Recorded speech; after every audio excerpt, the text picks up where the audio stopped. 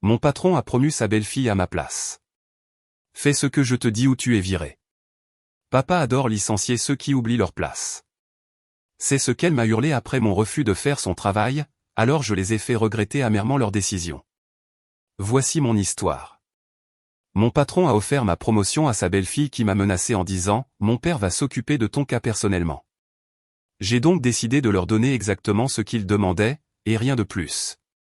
Accrochez-vous, car cela devient intéressant.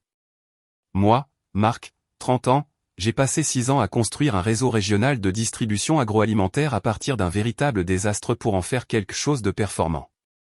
J'ai réglé une catastrophe logistique qui coûtait à l'entreprise près de 150 000 € d'amende. J'ai personnellement sauvé 4 contrats majeurs avec des chaînes de restauration qui étaient prêtes à partir chez la concurrence. À chaque entretien annuel, on me répétait que j'étais formé pour devenir directeur des opérations régionales. Il fallait juste attendre le bon moment. Puis est arrivé ce jeudi matin. Vincent a convoqué une réunion obligatoire à 8h30. 23 personnes s'entassaient dans la salle de conférence B. Vincent se tenait en bout de table, portant son costume sur mesure avec ce faux sourire confiant. Il a cliqué sur la télécommande. La première diapositive est apparue, nouvelle directrice des opérations régionales, Léa. Léa, la belle-fille de Vincent. Un nom de famille différent, mais le même raccourci pour réussir. La même Léa qui avait commencé début septembre en me posant des questions basiques sur le fonctionnement de la logistique de la chaîne du froid. Les applaudissements ont commencé immédiatement, ces applaudissements d'entreprise automatique où personne n'est vraiment content, mais où tout le monde sait qu'il doit jouer la comédie. Léa s'est levée de sa chaise, 2 rangs derrière moi, avec un sourire répété devant le miroir. Vincent a déclaré que Léa apportait des perspectives fraîches et une vision stratégique au poste. Il regardait partout dans la salle, sauf moi.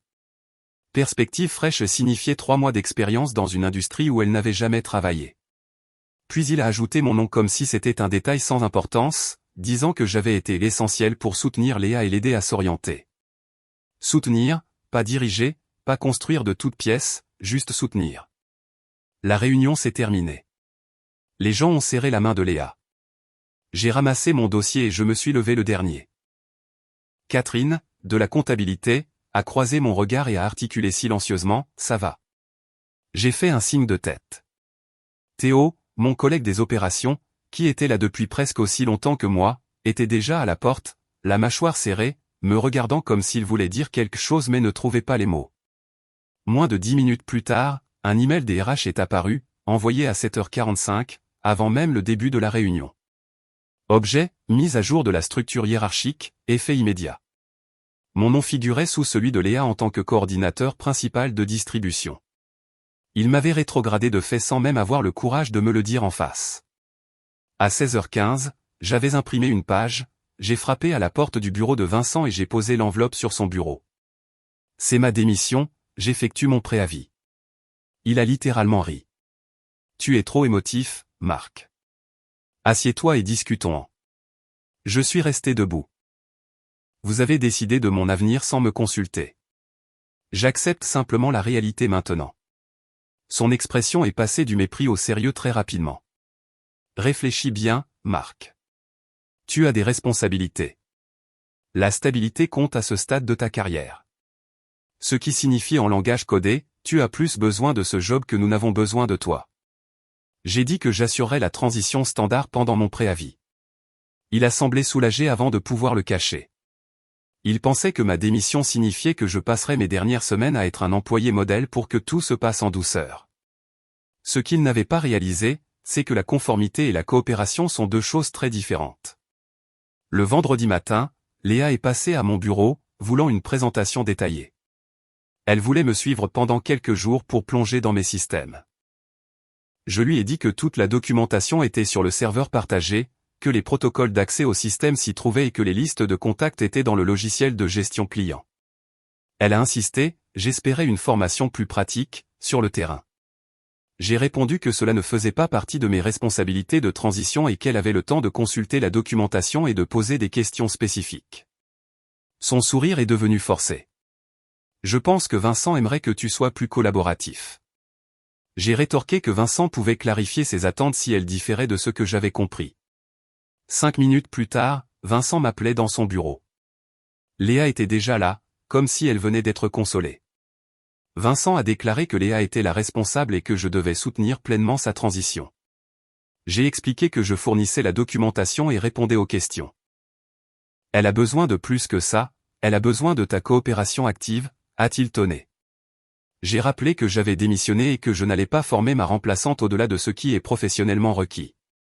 Le visage de Vincent est devenu rouge. C'est de l'insubordination, a-t-il crié. 2 personnes passant devant son bureau ont ralenti le pas. Je n'ai pas bougé, je n'ai pas scié. Je l'ai laissé savourer ce mot. Insubordination. Comme si je lui devais de la loyauté après ce qu'il venait de faire. Le silence s'est prolongé jusqu'à devenir pesant.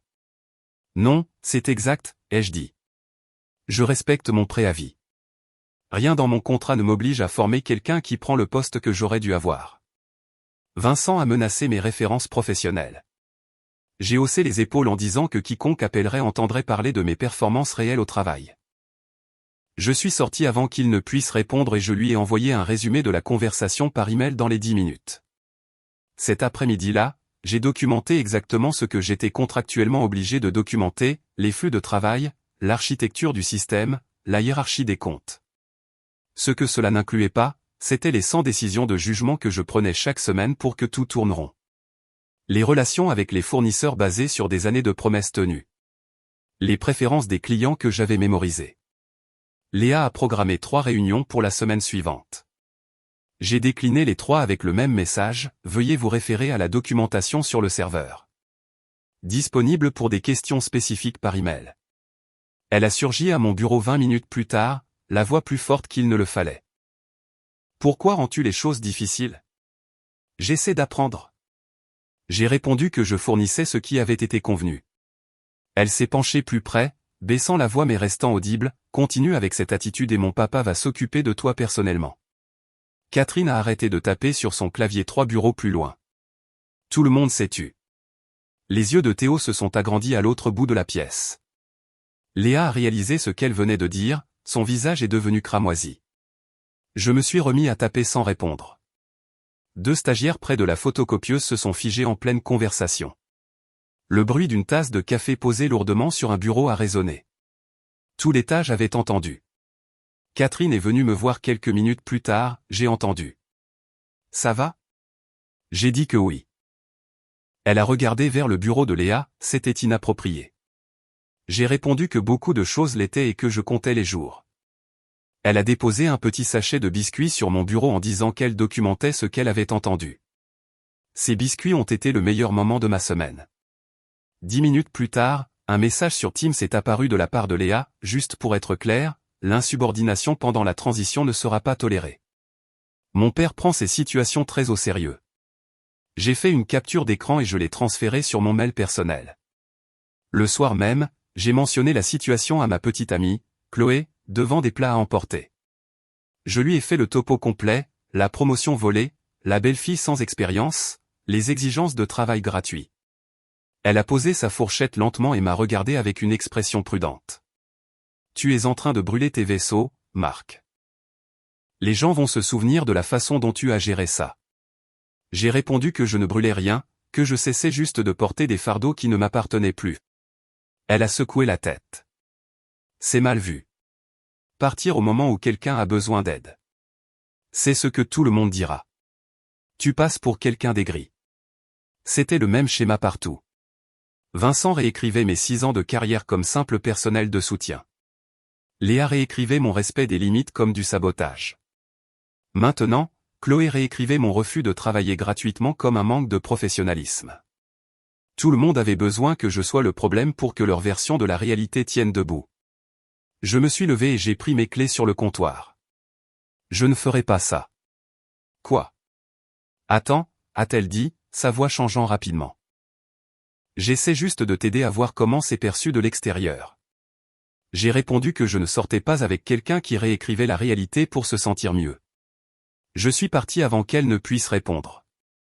Je suis rentré chez moi, j'ai récupéré mes affaires chez elle le lendemain matin pendant qu'elle était au travail, et j'ai mis son numéro en sourdine l'après-midi même. Dès le mardi, les choses ont commencé à s'effondrer. Une approbation de fournisseur qui me prenait habituellement 10 minutes et restait dans la file d'attente de Léa pendant 6 heures. Le temps qu'elle comprenne comment l'orienter correctement, le fournisseur avait déjà déplacé la commande au cycle de livraison suivant, ce qui nous a coûté 2800 € en frais d'expédition express. Ensuite, un client important d'une chaîne de restaurants à Lyon a appelé pour un problème de capacité. Il fallait augmenter son volume de commandes hebdomadaires de 30% dès le mois prochain. Un truc standard. J'aurais confirmé la capacité de l'entrepôt, ajusté l'itinéraire, négocié le prix avec le fournisseur et tout verrouillé avant la fin de la journée. Léa a programmé une réunion de découverte pour évaluer la demande. Le client a répondu par email en demandant pourquoi une simple augmentation de capacité nécessitait une réunion. Le mercredi après-midi a apporté un avis de rappel de sécurité alimentaire. Routine mais urgent. Il fallait identifier quel compte avait reçu les lots de produits concernés, les informer immédiatement, organiser les retours et les remplacements. Cela me prenait habituellement 2 heures. Léa regardait l'avis comme s'il était écrit dans une langue étrangère. Elle m'a trouvé à mon bureau en disant qu'elle avait besoin d'aide. La documentation est sur le serveur sous procédure d'urgence au point. Marc, c'est sérieux. Des gens pourraient tomber malades. C'est exactement pourquoi vous auriez dû vous familiariser avec les protocoles d'urgence plus tôt. Allez-vous laisser les gens tomber malades juste pour prouver quelque chose? Je me suis levé. Je ne laisse rien arriver. Vous êtes la directrice. Dirigez. Vincent est apparu derrière elle, demandant quel était le problème. J'ai montré mon écran, expliquant que tout était là. Vincent s'est tourné vers Léa, lui demandant si elle pouvait gérer ou non. Elle a dit qu'elle le pouvait, mais que ce serait plus rapide si je l'aidais. Il est parti en lui disant de s'en occuper. 20 minutes plus tard, Vincent a fait irruption et m'a ordonné de coordonner le rappel. Il a appelé cela un ordre direct. J'ai ouvert le document des procédures d'urgence et tourné mon écran vers lui. C'est tout ici, étape par étape. Léa a le même accès. Elle peut suivre le protocole où vous pouvez admettre qu'elle n'est pas qualifiée pour diriger les opérations. Tu mets des vies en danger. Non, je ne signe rien qui enfreint la conformité. Le protocole est clair. Elle a l'autorisation, l'accès au système et les procédures documentées. Si elle ne peut pas exécuter un protocole d'urgence de base, ce n'est pas mon problème. Il a cligné des yeux et a dit à Léa de le faire maintenant. Le processus de rappel a commencé à 14h30. Elle a passé les 4 heures suivantes à tâtonner, a fait des erreurs, a dû refaire des notifications. Je n'allais pas toucher au processus, mais je n'allais pas non plus laisser une notification de sécurité dépasser le délai légal alors que mon nom était encore sur l'organigramme. Elle a oublié 2 comptes lors du premier balayage, et j'ai dû le signaler à Vincent quand je l'ai vu dans le système. Il l'a obligé à corriger. Toute l'opération, qui aurait dû prendre 2 heures, lui a pris jusqu'à presque 19 heures. Plusieurs clients se sont plaints du retard des notifications. Le jeudi après-midi, les clients de Lyon ont appelé Vincent directement, furieux de voir que la demande de capacité traînait. Il nous a convoqués tous les deux, exigeant de savoir pourquoi cela prenait 4 jours. Léa a sorti un planning de projet qu'elle avait créé avec des phases et des jalons. Vincent m'a demandé combien de temps cela m'aurait pris. 4 heures, peut-être si s'il y avait des complications. Sa mâchoire s'est serrée. Fais-le. Ce n'est plus mon compte. Léa est la directrice. Est-ce un ordre direct? Vincent a compris le piège. S'il m'ordonnait de reprendre le dossier, il admettait que Léa ne pouvait pas faire le travail. Il est resté bloqué pendant 10 bonnes secondes avant que Léa n'intervienne pour me demander de le gérer juste cette fois. J'ai répondu que je remplissais mes obligations de préavis et que cela n'en faisait pas partie. Vincent est devenu livide. C'est de l'insubordination. Vous l'avez promu. Cela inclut les problèmes. Laissez-la les gérer. Le compte de Lyon a pris encore 3 jours à Léa. Le temps qu'elle règle le problème, le client avait déjà commencé à discuter avec des concurrents. Vincent a dû appeler personnellement pour calmer le jeu. Ça n'a pas marché.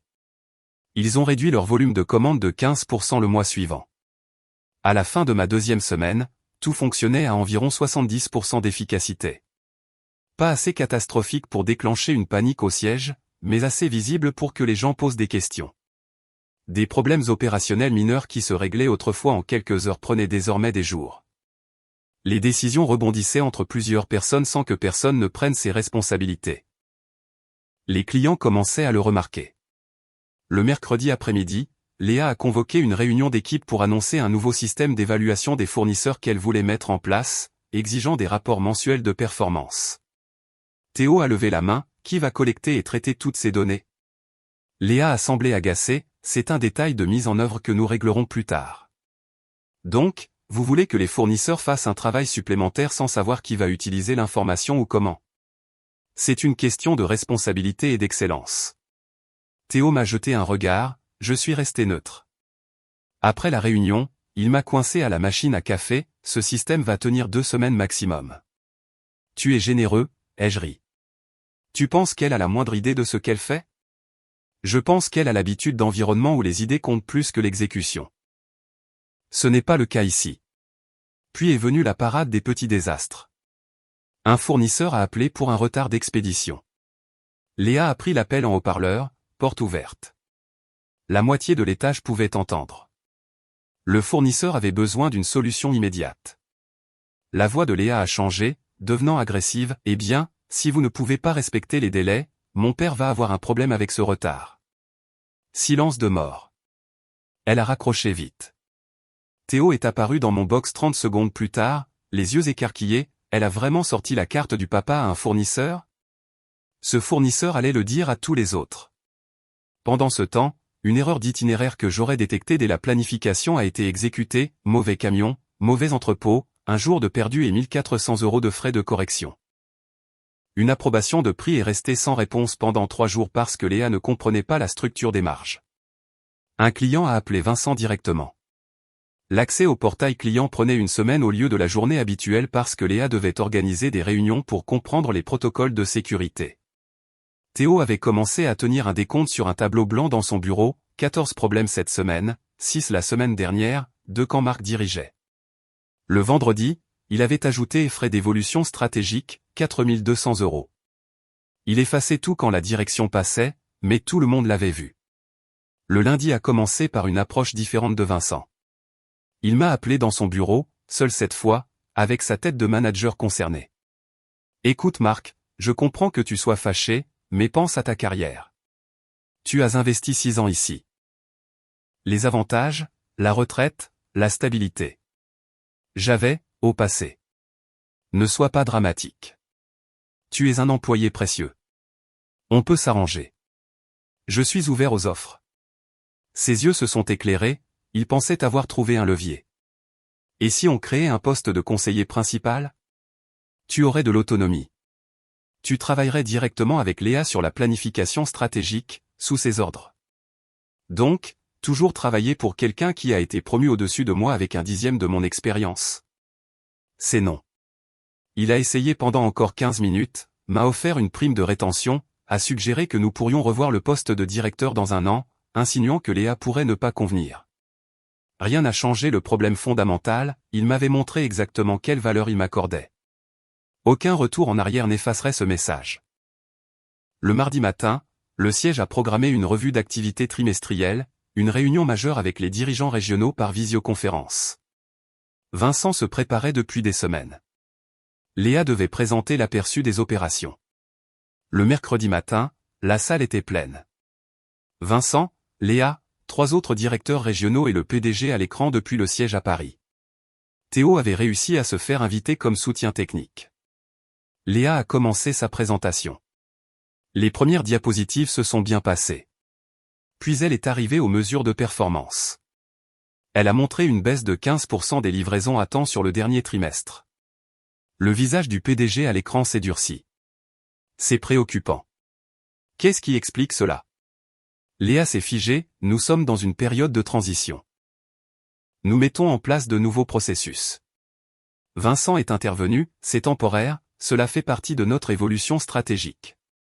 Le PDG n'était pas convaincu. Montrez-moi les chiffres de fidélisation client. Léa a cliqué. Taux de fidélisation, 88%, contre 96% le trimestre précédent. Personne n'a rien dit. 88%, c'était la catastrophe. Cela signifiait que presque un client sur 8 avait soit réduit ses commandes, soit arrêté de travailler avec nous. Théo m'a regardé, il semblait prêt à s'évanouir. Le PDG a fixé la caméra, c'est une chute de 8 points en un trimestre. Que s'est-il passé? Vincent a ouvert la bouche, mais Léa a parlé en premier, la voix tremblante, nous avons eu des transitions de personnel. Mon prédécesseur est parti. Attendez, votre prédécesseur est parti? Quand? Il y a 2 semaines. Donc, ces chiffres datent d'avant votre transition? Léa a acquiescé, ne comprenant pas où il voulait en venir. Alors, qui dirigeait les opérations quand la performance a chuté? Le visage de Vincent s'est vidé de ses couleurs. C'était pendant la phase de planification de la succession. Je préparais l'arrivée de Léa, Marc dirigeait encore le quotidien. La voix du PDG est devenue glaciale, laissez-moi bien comprendre. Votre meilleur élément dirigeait les opérations pendant que vous vous prépariez à le remplacer par quelqu'un qui n'a jamais travaillé dans l'industrie. Et pendant cette phase, alors que vous vous impliquiez déjà sans doute dans les décisions opérationnelles, la performance s'est effondrée. Puis vous avez effectivement procédé au remplacement. Est-ce exact? Le silence de Vincent valait tous les aveux. Donc vous avez remplacé quelqu'un pendant une baisse de performance? Qui a pris cette décision? Personne ne voulait répondre. Finalement, Vincent a balbutié que c'était une stratégie planifiée. Basée sur quels critères? Nouveau silence. Vincent a mentionné que Léa apportait une expérience stratégique. Le PDG a regardé Léa, depuis combien de temps travaillez-vous dans la distribution alimentaire? Elle a hésité, c'est mon premier poste dans ce secteur. Le PDG a dit, éteignez votre caméra. L'écran est devenu noir, mais on pouvait encore entendre sa voix. Vincent, je vais être direct. Votre région était la plus performante. Maintenant, elle perd des clients et rate ses livraisons. Vous avez remplacé votre chef des opérations par quelqu'un d'externe pendant une période critique et vous me dites que c'était stratégique? Je veux un audit opérationnel complet. Je veux des plans de rétention client et je veux savoir pourquoi vous avez pensé que c'était le bon moment pour changer de direction. L'appel a pris fin. Tout le monde est resté assis en silence pendant quelques secondes. Puis les autres directeurs régionaux ont ramassé leurs affaires très vite. Personne ne voulait rester dans cette pièce. Vincent était violet. Léa semblait sur le point de vomir. Théo a été le premier à sortir, je l'ai suivi. La vache, a-t-il dit dans le couloir. Ouais. Tu savais que les chiffres étaient si mauvais. Je savais qu'ils avaient baissé. Je ne savais pas à quel point. 5 minutes plus tard, Vincent passait devant nous sans un regard. De retour à mon bureau, j'ai vérifié mes mails. J'avais des réponses de 2 entreprises. Les 2 voulaient un deuxième entretien. L'une était un concurrent direct pour un poste de vice-président régional. Meilleur salaire, autorité claire, vrai respect de l'expérience. Mon téléphone a vibré, un SMS d'un numéro inconnu. C'était Chloé. Le message était long, commençant par j'avais tort et finissant par on peut parler? J'ai supprimé le message sans répondre. Catherine de la comptabilité est passée en milieu d'après-midi. C'était affreux. Vincent va essayer de te rejeter la faute. Probablement. Ça n'a pas d'importance, je pars dans 4 jours. Elle a sorti son téléphone, j'ai envoyé un signalement au RH ce matin concernant les menaces de Léa et son message Teams. Pourquoi? Parce que quelqu'un devait le documenter. S'ils essaient de te faire porter le chapeau, il faut une trace écrite expliquant pourquoi tu es parti. Vers 15 heures, Vincent a convoqué une réunion de direction obligatoire. L'ambiance était tendue. Vincent se tenait debout. Léa était à côté de lui, paraissant plus petite que jamais. Nous devons stabiliser la situation immédiatement, a dit Vincent d'une voix étranglée. Je veux que tout le monde se concentre sur la fidélisation client. Pas d'excuses. Théo a levé la main, est-ce qu'on revient aux anciens processus qui fonctionnaient? Vincent a serré les dents, on ne revient pas en arrière. On répare ce qui ne va pas dans le nouveau système. Et si c'est le nouveau système qui est le problème, a demandé Théo. Vincent l'a pointé du doigt, ce genre de négativité n'aide pas. J'ai pris la parole, pour la première fois dans une réunion de groupe depuis ma démission. Les chiffres parlent d'eux-mêmes. 8% de perte de fidélité, 15% de baisse de ponctualité. Ce ne sont pas des ajustements de transition. Ce sont des problèmes structurels. Vincent s'est tourné vers moi, c'est toi le problème structurel. Tu sapes le travail de Léa depuis le premier jour. Je me suis levé calmement. J'ai fait exactement ce que j'avais dit, documentation et réponse spécifique. Si ce n'est pas suffisant, c'est que le poste exigeait plus que ce que vous étiez prêt à admettre. Léa a enfin parlé, d'une voix basse mais tranchante, tu voulais que j'échoue. Je l'ai regardé droit dans les yeux. Non. J'ai arrêté de te porter. La différence semble t'échapper. Vincent m'a dit de quitter la réunion. Je suis parti, je me suis déconnecté, j'ai pris ma veste et je suis rentré chez moi 2 heures plus tôt. Théo m'a envoyé un SMS 20 minutes plus tard, Vincent pète les plombs, il blâme tout le monde sauf lui et Léa. J'ai répondu, ce n'est plus mon cirque. Il a répliqué, c'est quand même le meilleur spectacle en ville. Le jeudi matin, j'ai découvert que mes accès au système avaient été restreints. Vincent essayait de me forcer à un mode de soutien pur. Ce que cela a fait, c'est rendre mes 2 derniers jours incroyablement faciles. Les gens venaient me voir avec des questions, je leur disais de passer par Léa pour approbation. Léa a été débordée. Tout a stagné. Je suis resté discret. Vers 14 heures, Léa est apparue à mon bureau, l'air épuisé. Ses cheveux n'étaient pas aussi parfaits que d'habitude, sa veste avait une tache de café. On peut parler en privé. Nous sommes allés dans une salle vide. Elle a fermé la porte et s'est assise. Je suis resté debout. J'ai besoin de ton aide. Pourquoi? Elle a fait un geste vague, tout. Je coule ici. Les comptes sont perdus, les fournisseurs se rebellent, Vincent est furieux. Et toi, tu restes là à regarder tout brûler. J'ai rappelé que j'avais fourni la documentation. Tu voulais ce poste, assume-le. Je n'étais pas prête, a-t-elle avoué, la voix tremblante. Ils auraient dû te le donner. Alors pourquoi ne pas m'aider maintenant? Parce qu'aider signifie faire ton travail à ta place, et ça ne m'intéresse pas. Elle a essuyé ses yeux, tu vas laisser toute la région s'effondrer juste pour prouver que tu as raison. Je ne laisse rien s'effondrer. Je ne l'empêche plus, c'est différent. C'est la même chose. Non, ai-je dit. Ça ne l'est vraiment pas. Elle a quitté la salle sans rien dire d'autre. Vincent m'a convoqué 1 heure plus tard pour une dernière tentative de sauvetage. Reste. Donne-moi ton prix. On ne peut pas donner de prix à quelque chose qui n'est pas à vendre. On doublera ta prime. On te nomme directeur principal, au même niveau que Léa. Toujours sous ses ordres? Il n'a pas répondu. C'était la réponse. J'ai ajouté, vous aviez 6 ans pour me donner ce que j'avais mérité. Vous l'avez donné à quelqu'un d'autre. Maintenant, vous voulez que je répare votre erreur pour de l'argent? Ça ne marche pas comme ça. Son visage s'est durci. Tu le regretteras.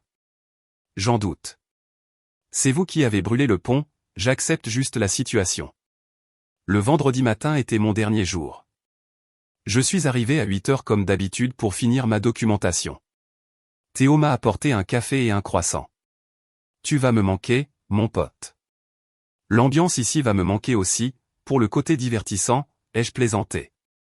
À midi, j'avais tout terminé. J'ai rendu mon badge et mon ordinateur portable au service informatique. Personne n'a organisé de déjeuner de départ, mais la plupart des collègues sont passés me serrer la main. Ils savaient ce qui se passait. Vincent n'est jamais sorti de son bureau. Léa, si. Elle m'a rattrapé près de l'ascenseur avec mon carton d'affaires. J'espère que tu es fier de toi. Je ne suis ni fier ni triste. J'ai fini. C'est tout. Tu m'as saboté. Non, j'ai arrêté de te porter.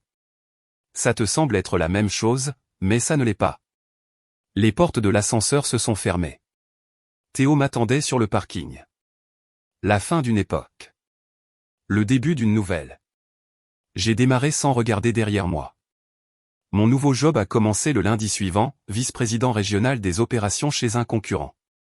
Plus grand territoire, meilleur salaire, vrai respect.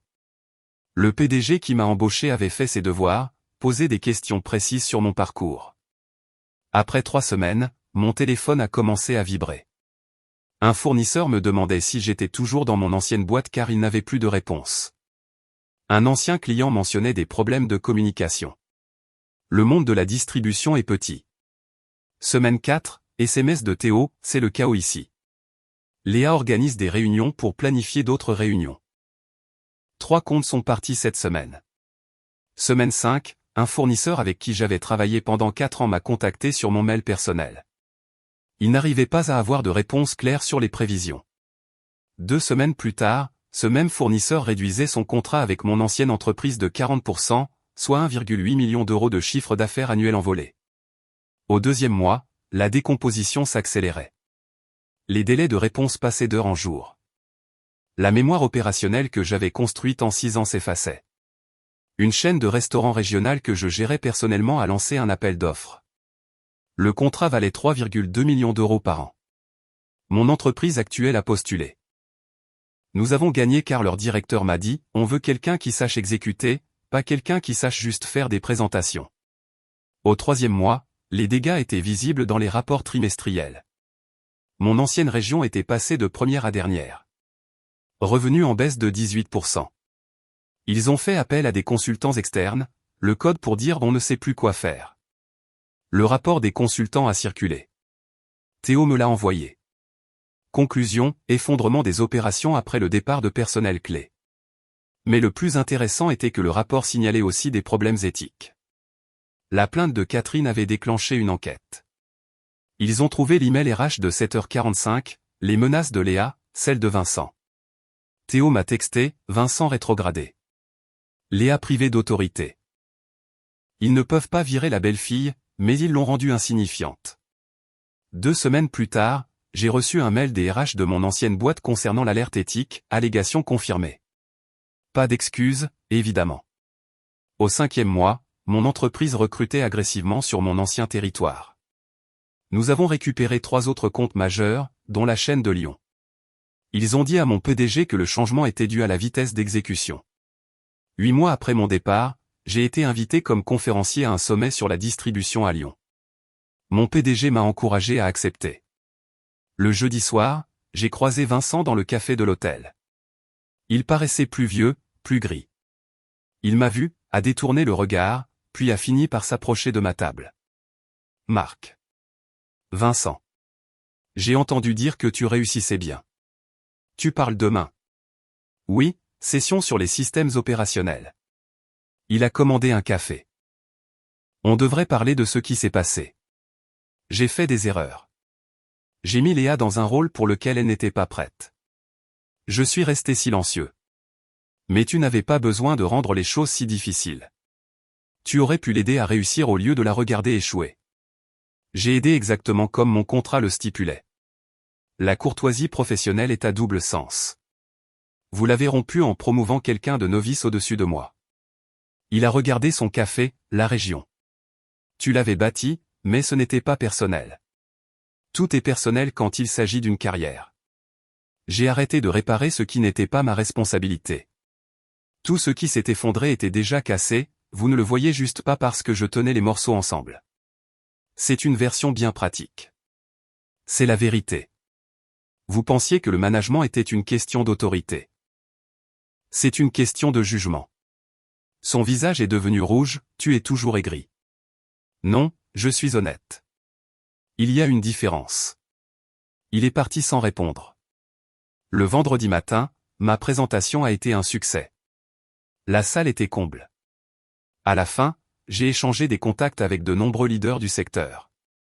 Le soir, lors de la réception, Vincent était là avec son groupe, et Léa aussi. Vincent a fini par craquer en me voyant discuter avec la PDG d'un grand groupe de distribution.